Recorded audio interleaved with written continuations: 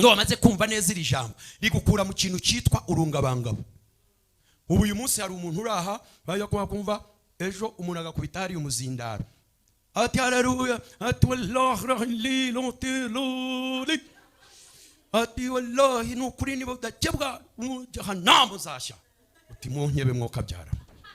Haleluya. Kubera ko mbese buri kimwe kiragutwara. Abana b'abantu ni bande? Abana b'Imana bavugwa hano ni bande? Bamwe batekereza ngo ni abamarayika. Bamwe bazi ngo icyo gihe hari abamarayika ngo bazaga bagasanga abantu. No, ntabwo ariko bimeze. Ikimenyetso ko umuntu wese, umwana w'Imana wese azajya aruhuka isabato. Mwanyumvise? Nta wundi muhanuzi tugize dutegereje. Ikimenyetso gitandukanya abana b'abantu n'abana b'Imana nawe ntabwo ari ugukebwa, ntabwo ari isabato, ntabwo ari ahubwo ubu uyu munsi abari mu byo gukebwa bari mu byarangiye. Uranyumva? Uyu munsi abari mu byo gukebwa bari mu byarangiye. Abari mu by'intuzi, mu by'ibiruhuko bari mu byarangiye. Ahubwo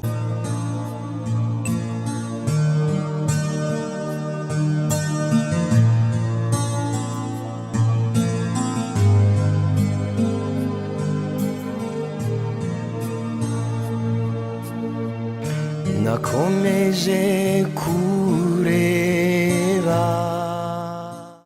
Ariko ndagira ngo tubanze twigire ijambo kandi wumva unezerewe. Haleluya. Mvira ijambo. Abana b'abantu, abana b'Imana batangira kureba abana b'abantu, barabifuza, barongoramo. Noneho ndagira ngo ubundi ujya wibaza kuri ibi bintu. Abana b'abantu ni bande? Abana b'Imana bavugwa hano ni bande? Bamwe batekereza ngo ni abamarayika. Bamwe bazi ngo icyo gihe hari abamarayika ngo bazaga bagasanga abantu. No, ntabwo ariko bimeze. Ibi birimo biraza ukuntu byari bimeze. Hariho abo Bibiliya yita abana b'Imana nabo yita abana b'abantu. Kuva Adamu amaze kuremwa, muvuge ngo haleluya. Buri Adamu yaremwe mu bintu bitangaje. Niwe muntu wenyine utarigeze ukambakamba, yaremwe ahaguruka agenda. Sema haleluya. Niwe muntu wenyine batateruye. Murimo murabyumva? Aho hantu njya nkunda kwajya nkavuga ni Imana uratangaje. Uzi ko Imana yakurema ikakurenza procedure wakagombye gucamo, ikaguterura ikakugeza ahantu. Sema haleluya. Haleluya. So Imana imaze kurema Adamu muri ubwo buryo butangaje, mu bana be akoze icyaha. Twagiye mu gakiza. Akoze icyaha. Icyaha kimutandukanya n'Imana. Ubundi Adamu atarakora icyaha, Bibiliya iravuga ngo mu mafi ya nimunsi nimugoroba ngo Uwiteka yarazaga akabaganirira, akabaza kubareba. Muticeke mwumve, bivuze ngo umuntu atarakora icyaha Imana niyo yazaga kumureba, ntabwo ari umuntu wajyaga kuyishaka. Harano mubyumvise? Mu mafi ya nimunsi Uwiteka yazaga kureba Adamu, akamuhamagara. Adamu urihe? Are you okay? Yes. Igihe kimwe Imana yavuga ngo ya nubwo uvuze ngo uri okay ariko ntabwo uri okay, hari ikintu ubura. Si byiza kuba wenyine. Sema haleluya. Icyo ni ikintu cyerekana keya iri hagati y'umuntu n'iki n'Imana.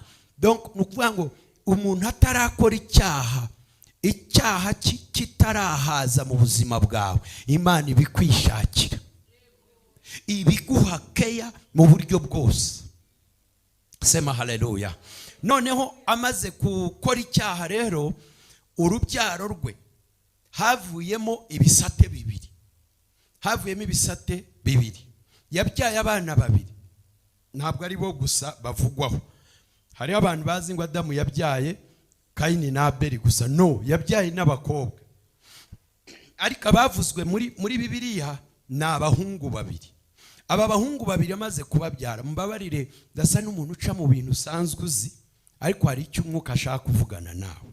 Sema haleluya. Aba bahungu babiri yabyaye baza kwicara.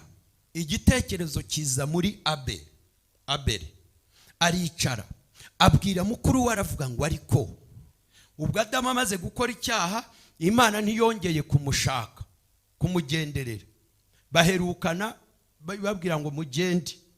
Hanyuma aba bana bagarura worship. Muranyumva? Abeli abwira mukuru we ati Imana yavuganaga na ba data, ni gute twakongera natwe ikavugana natwe? Iyo story barayisanze. Niki twakora? Abwira mukuru we ati zana kubyo ukora, nanjye nzane kubyo ntunze, tugende tujye ku musozi.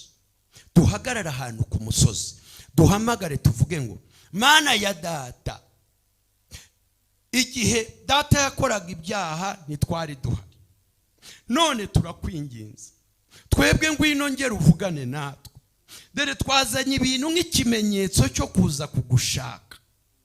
Haleluya.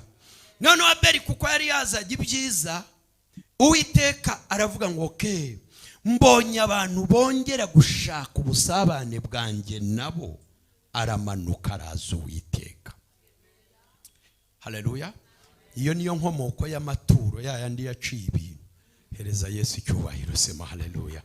Bivuga ngo amaturo ateguwe, yateguwe n'umutima ukunze, amanura Imana. Murimo muranyumva? Ya maturo dukiniramo, ya maturo dufata uko dushaka, ubundi cyakabaye ari ikintu wowe wateguye n'umutima wawe nta gahato, kandi ukagikora mu gihe cyo kumva ushaka kuvugana n'Imana, cyangwa ngo ikwiyereke mu buryo butandukanye, ikwiyereke mu buryo wumva ushaka kwikwiyerekamo. Iraza rero, haleluya, irabiyereka, yiyereka Abeli. Imwiyeretse kuva icyo gihe Kayini ararakara.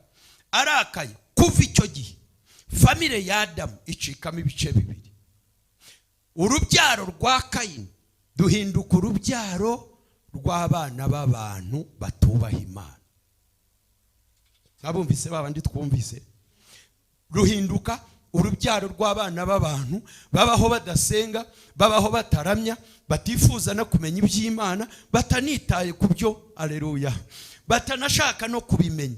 Noneho Abeli amaze gupfa, Imana irongera ishumbusha Adamu undi muhungu witwa Seti, aza afite umutima n'ubwenge bukunda Uwiteka nk'uko Abeli yari ameze. Niyo mpamvu birivuze ngo uhereye kuri uyu ngo niho abantu batangiriye kwambaza Uwiteka. Ariko bambaza Uwiteka barimo ibice bibiri, abana b'abantu n'abana b'Imana. Byumvikana, abana b'abantu rwari urubyaro rwande rwa Kayini, abana b'Imana rwari urubyaro rukomoka kuri Seti. Mumvugire ngo haleluya. Sema haleluya. Sema haleluya. Murimo murabyumvise? Tugiye kugenda kandi muraza kumva aho nshaka kujya. Noneho uru rubyaro dukomoka kuri Seti batangiye kwambaza Uwiteka bate? Urusengero rwakomeje kuba ku musozi. Ya systeme ya Kayini Abeli yakoresheje yo kujya ku musozi agatwara amaturo. Urusengero rwakomeje ku musozi. Buri bantu bose bajyaga gushaka Imana buriraga umusozi. Urumva? Bakurira umusozi bajyanye ibitambo byo gutamba kugira ngo Imana ibumve. Uhereye icyo gihe Imana iremera, yemera ko abazajya baza bayishaka nabo bazayibona. Nkunda bankunda, abanshakana umwete bazagira bate? Bazambona. Sema haleluya. Now bageze rero birakomeza bigeze icyo gihe abana b'abantu baba benshi. Muvuge ngo baba benshi. Ab'Imana baba bake. Abana b'abantu babaye benshi, ibyaha biba byinshi. Iyo mukomeje ugasoma igitabo cy'Itangiriro, ibyaha bibaye byinshi, Imana itegura kurimbura isi. Nowa niwe muvugabutumwa wa mbere. Araza abwiriza ibyo abwiriza, abana b'abantu baranga. Sema haleluya. Isi ya mbere jango murabizi ubwo turi muri Bibiliya. Irarangira iyo topic, Imana iyikuraho. Iyikuyeho nanone rwa rubyaro rwa Seti ariho Nowa yakomokaga, barokotse kuri wa mwuzuri, barongera batangira ikindi kinyejana. Sema haleluya. Haleluya. Muri Nowa niho havuye ba Abrahamu. Mu rubyaro rwa ubwo turi kubana b'Imana n'abana b'abantu. Until now, nubwo muzagira mute, hazabaho abana b'Imana, habeho n'abana b'iki b'abantu. Batazemera ibyo mwemera, batazibyera ibyo mwizera, kuko abwebwe bahamagawe mwahindutse abana b'Imana. Ariko mwavuze ngo haleluya. Yesu yaravuze ngo abamwizeye bakamumenya, yabahaye ububasha bwo kwitwa abana b'iki b'Imana. Sema haleluya. Noneho Abrahamu rero murabizi ajya gutamba Isaka, yagiye hehe? Ku musozi. Urumva iyo necya cyangwa ubwo buryo bwo umuco wabo wo gusengera ku musozi, mwumvise aho waturutse? Byaturutse kuri nde? Kuri Abeli. Noneho rero bigeze kuri Abrahamu, Imana iravuga ngo nawe, ariko mwavuze ngo haleluya, ngiye kujya nshyira ikimenyetso ku muntu wese witwa umwana wanjye, kiba ikimenyetso gitandukanya abanyizera n'abatanyizera. Bigeze kuri Abrahamu, kuko ari we wasaga naho ari we mutambyi nanone waruje kuriye ngo ni sokuruza w'abizera, iramubwira iti buri muntu uzajya uvuka agejeje iminsi 8 mujye mumukeba. Mwanyumvise? Icyo gihe umugore cyangwa igitsina gore yabarirwaga ari umudamu, ari umwana, atari umuhungu, yabarirwaga, nukuvuga ngo sinzi ko nabivuga, yabarirwaga ku mugabo. Mwanyumvise? Na kera rero niko byari bimeze. Noneho Imana yavuga ngo rero ngiye gushyiraho ikimenyetso, buri umuntu uza mujye mukeba umwana wese umaze amezi 8, iminsi 8 ajye akebwa. Kiba ikimenyetso gitandukanye abana b'abantu n'abana b'iki. Mumvugire ngo haleluya. Barabakeba. Icyo gihe barabakeba. Icyo ni ikinyejana. Igihe kiragera, igihe cya Abrahamu gisa naho kirangiye. Ubu ibi ngibi nimbivuga uze kuguma ubihuza, uraza kugenda ubihuza n'imyemerere uko yagiye iza. Mumvugire ngo haleluya. Bigeze mu gihe cya Abrahamu, havamo mu rubyaro rwa Abrahamu havamo Mose, umuhanuzi witwa Mose. Mvuge ngo haleluya. Bigeze kuri Mose, Imana iravuga ngo ya ikimenyetso kigomba guhinduka. Mose yavukiye mu byari biriho, ariko haza ibindi. Imana iravuga ngo uhereye none umuntu wese unyizera, unyemera, akaba umwana we, ngiye gushyiraho ikindi kimenyetso. Kizeho ikimenyetso ko umuntu wese, umwana w'Imana wese, azajya aruhuka isabato, umunsi wa 7. Umuntu wese uzajya ukora icyo ni ikimenyetso nshyizeho kindi kizajya gitandukanya abana b'abantu n'abana b'iki. Ariko mwavuze ngo haleluya. Haleluya. Kuri Mose yashyizeho ibintu bibiri bikomeye. Icya mbere yashyizeho amategeko 10. Icya kabiri ishyiraho isabato, ngo nibaruhuka isabato bazajye kiba ikimenyetso gitandukanya abana b'abantu n'abana b'iki b'Imana. Mukomere Yesu mu mashyi. Haleluya. Barayiruhuka. Imana irazibwira. Mu gihe cya Mose nibwo abahanuzi benshi ba Isayi n'abandi batangiye guhanura uzaza ari we Yesu. Sema haleluya. Bajya mu mwuka bati turareba umwana uzavuka. Bajya mu mwuka bakareba atari kazabakomeye. Bajya mu mwuka batutware bw'Imana isumba byose buzaburi ku bitugu bye. Bajya mu mwuka bakavuga uzaza ukomeye. Sema haleluya. Na Mose ubwe harabivuga mu gitabo cyo Kuva, haravuga ngo ndabona Uwiteka Imana azahagurutsa undi muhanuzi umeze nkanjye kandi azabakomeye. Sema haleluya. Aravuka umwana w'Imana Yesu. Ubwo murumva bivuga ngo igihe cyo gukebwa, ibya Mose bije gukebwa kwari gusa ni kurangiye. Hagomba gukurikizwa amategeko 10 n'isabato.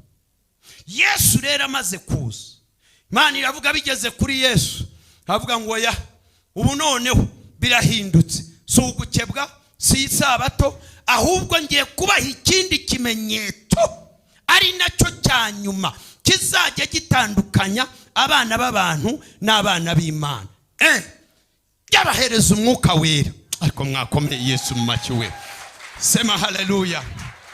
Hari umuntu uri mu byumva neza? Haleluya. Ubwo igihe cya Mose kirangiye, igihe cya Mose kirangiye cyajyanye no gukebwa. Ubu se kuki mudakebwa? Mukebwa mubishaka. Haleluya. Gukebwa kwari kurangiye, n'isabato yari irangiye, ahubwo Imana yazanye ikimenyetso bibiri. Kimwe gisimbura nk'amategeko 10 kuko yari yabananiye. Ntabwo barayubahirizaga se, bari bayafite ariko batayashobora. Icyambere, sema haleluya, izana kubatizwa mu mazi menshi, ariko kuvuka ubwa kabiri. Icya kabiri, nzabahereza umwuka wera. Nzabashyiraho ikimenyetso cy'umwuka wera. Muraceceke mwumve. Sema haleluya. Wanga nasoma ibyanditswe byinshi bumva nishyizemo ko bimwe mubizi. Icyakora ibyakozwe n'umucye cya 10. Icyakora muzahabwa imbaraga umwuka wera nabamanukira. Muvuge ngo izo mbaraga zo zazindi natangiye mvuga. Icyakora muzahabwa imbaraga umwuka wera nagira ate nabamanukira. Arongera aravuga ati ubwo nzagenda nzaboherereza umufasha ari we mwuka wera. Sema haleluya. Ngo bari hejuru mu cyumba cyo hejuru, ngo umwuka wera aramanuka ngajya kuburi muntu wese usa n'ikimenyetso ngo bisa nk'umuriro. Sema haleluya. Muranyumvise? None ndashaka kubatangarizaga, nyuma ya Yesu nta wundi muhanuzi dutegereje. Mwanyumvise? Nta wundi muhanuzi tugize dutegereje. Ikimenyetso gitandukanya abana b'abantu n'abana b'Imana nawe ntabwo ari ugukebwa, ntabwo ari isabato, ntabwo ari ahubwo ni umwuka wera. Biri kavuga ngo uwahawe ku mwuka w'Imana abo nibo bana b'Imana. Muranyumvise? Bivuga ngo rero ubu uyu munsi abari mu byo gukebwa bari mu byarangiye. Uranyumva? Uyu munsi abari mu byo gukebwa bari mu byarangiye. Abari mu by'intuzi, mu by'ibiruhuko bari mu byarangiye. Ahubwo dore ikintu kijyanye n'igihe turimo, agakiza, ubutumwa bwiza bwa Yesu Kristo, ni ukwihana ugahinduka, ukavuka ubwa kabiri, ukuzuzwa umwuka wera, ugategereza kugaruka kwa Yesu. Murabyumvise? Ndaje mvuge ku mwuka wera. Sasa rero uwo mwuka wera rero ni Imana ikorera mu bantu. Ubwo ngiye kugera hahandi Imana ikorera. Arangije aravuga ngo cyakora namara kuza abahungu banyu. Ariko we abahungu banyu bazagira bate? Nabamanukira abahungu banyu bazagira bate? Abakambwe banyu bazagira bate? Ariko mwakomeye Yesu mu mashyi. Sema haleluya. Ubundi kera nta muntu wabaga umuhanuzi ari umusore. Ubu ngubu dusigaye turana n'abogoshora ukoke ahanura. Ariko mwuka wera we. Ubundi kera mwuka wera muri ibyo bihe twavugaga, muri ibyo bihe byaba Mose, muri ibyo bihe bya umuntu wabaga uzaho umwuka w'Imana yabaga ari umusaza ufite icyanwa kirekire. Urimo murabyumva? Icyakora mwuka wera nabamanukira. Haleluya. Abahungu banyu bazagira bate? Bazahanura. Abakambwe banyu bazagira bate? Bazerekwa. Nico gihe rero turimo iki ngiki, igihe cya confusion. Kubatazi neza agakiza neza. Sema haleluya. Sema haleluya. Sema haleluya. Ariko mwamereye Yesu icyubahiro. Now, niyo mpamvu nukuvuga ngo mwuka wera kuza ku muntu ni mukanya bwanyu. Mwanyumvise? Ni mukanya bwanyu. Niyo mpamvu umuntu abara hari umumotari, ejo agakizwa, yamara gukizwa mwuka wera kamuzaho. Mwuka wera yamuzaho akamusanga hano rutari ku mumotari, ndamuzi ku giporoso. Uyu yarabeshya. Ubahanuye ate naramubonaga hariya. Murumva confusion? Mpereza Yesu icyubahiro. Sema haleluya. Nukuvuga ngo niyo mpamvu haduka umuntu uyu munsi wa none umuntu arabara. Reka nkwereke, hari abantu bagenda, maybe nawe wicaye aho ngaho ushobora kuba hari process y'Imana ejo izagusukaho undi mwuka wayo w'imbaraga zayo nawe ikagutuma ku bantu. Noneho rero abatazi yuko mwuka wera yaje ibintu bihinduka, asigara yibaza akavuga ngo ari kuriya ndamuzi. Mwanyumvise? Nkuko babivuze kuri Yesu, atuyu si wa wundi. Yewe umuntu wabyanze n'umwe ntabwo yari yoroshye. Umuntu witwa Yohana baramubajije ngo ariko se urinde, uri Kristo twumvise kazaza? Atoya. Urinde se? Kuko yabonaga abamubaza arinda kuze. Arabasubiza ngo ndijwi. Ijwi? Ati ndijwi. Kuko yajya kubabwira ngo ndi Yohana, ibindi ntabwo bashakaga kubimenya. Aravuga ngo ndijwi.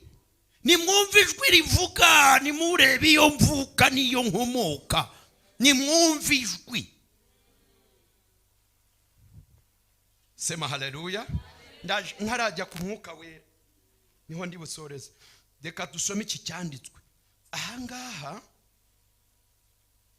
Abefeso, nsomera ibyanditswe biri gusa. Abefeso ibice 4 ku murongo wa 11. Aha rero iyo wamaze kumva neza iri jambo rigukura mu kintu cyitwa urungabangabo. Ubu uyu munsi hari umuntu uraha bajya kumva ejo umuntu agakubita hari umuzindaro. Ati haleluya, ati wallahi lonteloli, ati wallahi nukuri nibo dakebwa jahannam zashya. Uti munkebe mwokabyara. Haleluya. Kubera ko mbese buri kimwe kiragutwara.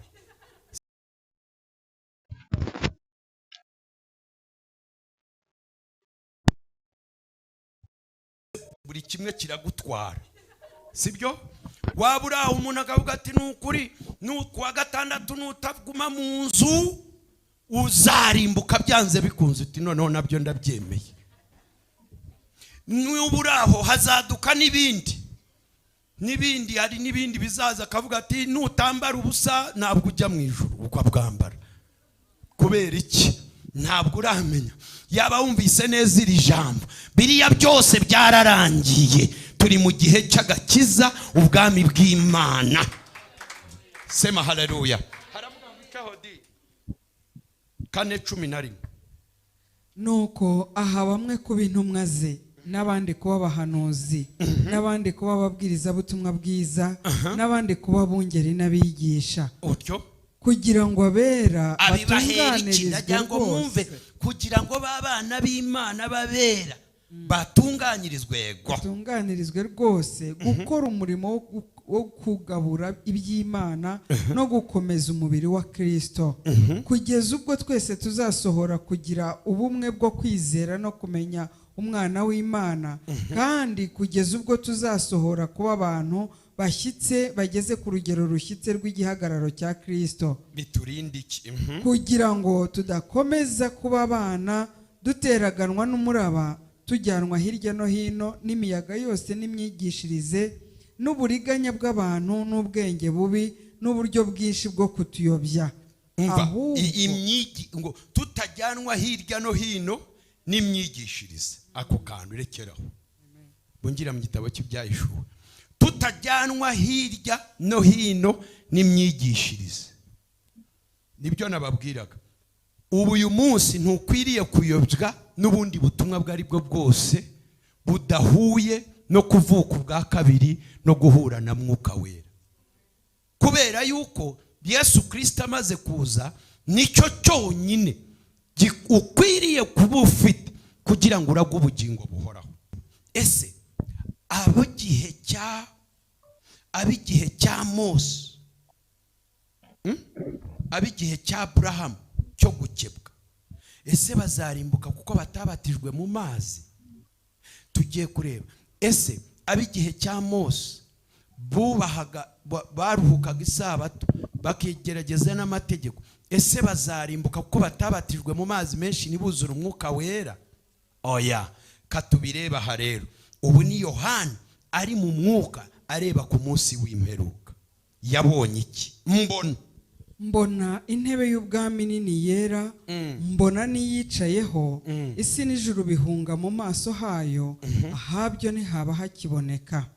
Mbona abapfuye, abakomeye n'aboroheje bahagaze imbere y'iyo ntebe, nuko mbona ibitabo bibumburwa. Icyo genda buhoraho. Abona iki? Ibitabo bibumburwa. Bivuge ngo ibitabo. Abona ibitabo bibumburwa. Kandi n'ikindi gitabo kirabumburwa, aricyo gitabo cy'ubugingo. Abapfuye bacirwa imanza z'ibyanditswe muri ibyo bitabo zikwiriye ibyo bakoze. Ariko mwamvugiye ngo haleluya. Haleluya. Musobanukirwa ibi rero. Kuki tubonye ibitabo tukabona n'igitabo? Igitabo cy'ubugingo ni kimwe, ariko ibitabo ni ibitabo by'amagenerations. Hari igitabo cyanditsemo ab'igihe cyo gukebwa, abo bazabazwa iby'igihe cyo gukebwa. Mwavuze ngo haleluya. Hari igitabo cyanditsemo ab'igihe cy'isabato n'amategeko 10 bubahirizaga, abo bazabazwa iby'icyo gihe. Hari n'igitabo cy'iki gihe kirimo, haleluya, twebwe. Wowe wafashe umwanya wawe ukareba ubutumwa ukaba ubugejeje ku musozo, turagushimiye. Niba utarakora sabone cyangwa subscribe, bikore kugira ngo ujye ubona ubutumwa bushyashya. Wibuke gukanda ku kazogera kugira ngo ujye uhabwa notification za video nshyashya. Ufite igitekerezo, ufite icyifuzo cy'uko twavugurura uyu murimo, twandikire hasi muri commentaire, urabudufashije. Ubutumwa bwohereza bagenzi bawe kugira ngo nabo bahabwe umugisha. Urabudufashije kwamamaza ubu bwami. Uhabwe umugisha.